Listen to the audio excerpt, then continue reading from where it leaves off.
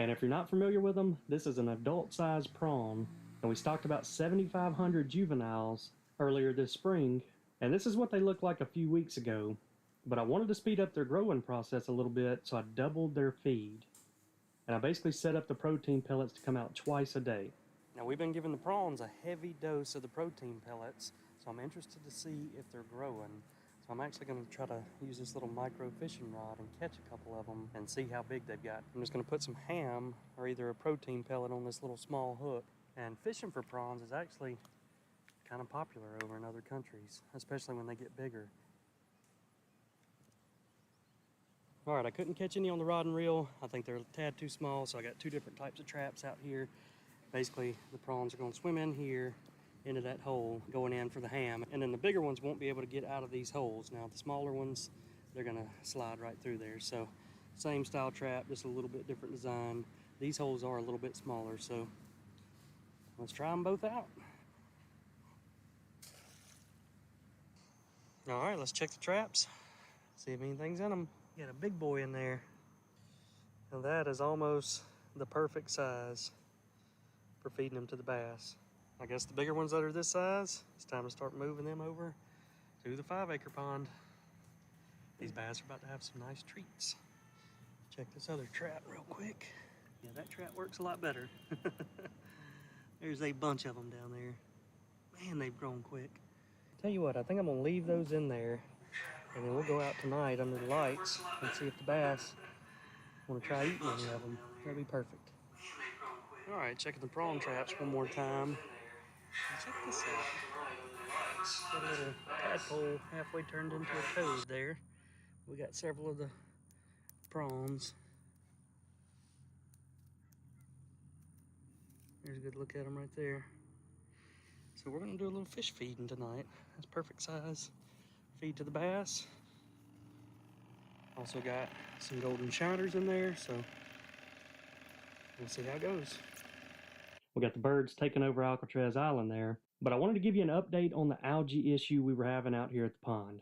So in the last video, we stocked the pond with 1,000 adult tilapia to help eat some of the algae and also treated it with a beneficial bacteria. And thankfully, one of those two is working because a lot of the algae that was on the bottom of the pond is gone. So the very next step was to fertilize the pond, and it created this nice plankton bloom. And that helps prevent future algae from growing because the sunlight can't penetrate through the water far enough to get to the bottom. So we're taking a visibility measurement here with the Secchi, and you want it to be somewhere in that 22 to 25 inch range. And that's right where we're at. So love it when a plan works out. And also that fertilizer and plankton is going to help feed all of those bait fish and fry that hatched earlier this spring. So a good food supply for all the fish. So I'm out here about to weed eat the island, and you can see we got a lot of bahia grass. That's the long, skinny stemmed type grass. And the funny thing is we never planted bahia grass out here, but my best guess is that when we were cutting up there, the seeds washed over here to the island, and it doesn't take many of these. And as soon as this grass starts growing, it spreads pretty rapidly. You can see all the seeds there. But like it or not, we got bahia grass on the island. And bahia grass isn't the only thing that made it out here. We also have peanuts on the island. Let's see if there's any peanuts down below.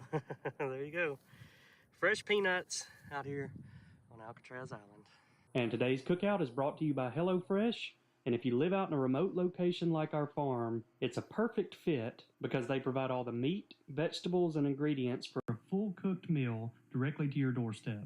And it's very simple. You just hop on their website, pick a few meals out, and they have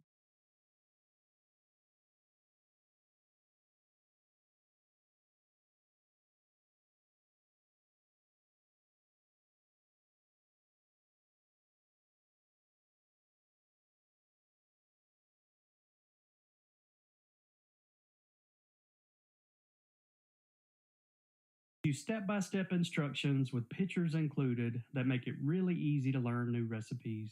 So today we're going to try out the backyard bourbon steak, and you get started by chopping up all the vegetables. And you also chop up a piece of ciabatta bread. I think I pronounced that right. But I told Liz that was a new one for me. I feel like we're basically making croutons to go into this dish. But you get the vegetables coated in olive oil and salt and pepper, and get them started cooking on the stovetop. And at the same time, we're getting a cast iron skillet hot and cooking the steaks for about 5 minutes on each side.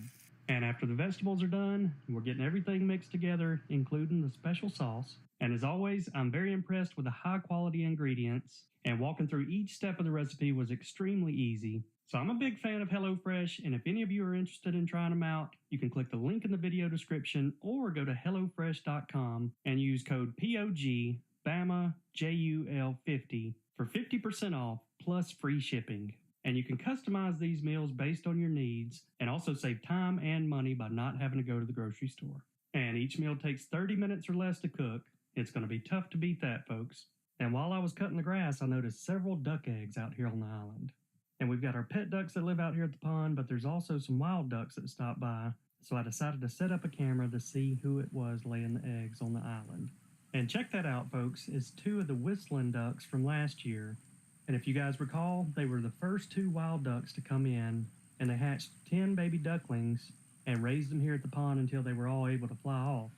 But my best guess is that the two adults came back, and it looks like they're looking for a spot to have some more babies. And unfortunately, this is a wood duck nest that they're trying to get into. And it looks like I may have to cut that hole out just a tad bit bigger, because a wood duck is a pretty small duck. And you always want to keep the hole just big enough for the ducks to get in so none of the bigger predators like the owls or ospreys can get in and then interfere with the ducks.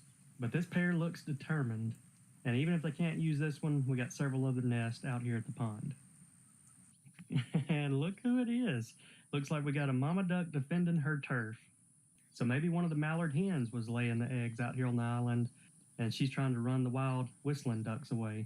But at the end of the day, it looks like everybody's finally getting along. And one of my favorite things to do is come out here at night. It's one of the only times I can really interact and see the fish. I'm also still waiting on the day that Bonnie or Clyde swims up to me at one of these lights at night. But one thing that amazes me this time of year is the variety of different sized fish that make it around to the lights. It starts with the tiniest fish that looks like they just hatched today, and then progresses from there to basically every different size bait fish we have. And once they're drawn in by the lights, that's what brings the predators in. So I'm going to be feeding the bass some prawns and golden shiners tonight. And also over the next couple of months, I'm going to be putting thousands of shiners in here, and most likely I'll put them in at night so we can watch them feed. But I want to start something like a feed training program with the bass. And the way that works is you either use a sound or a visual effect to let them know that the feeding's about to occur, and then through repetition, the bass will hear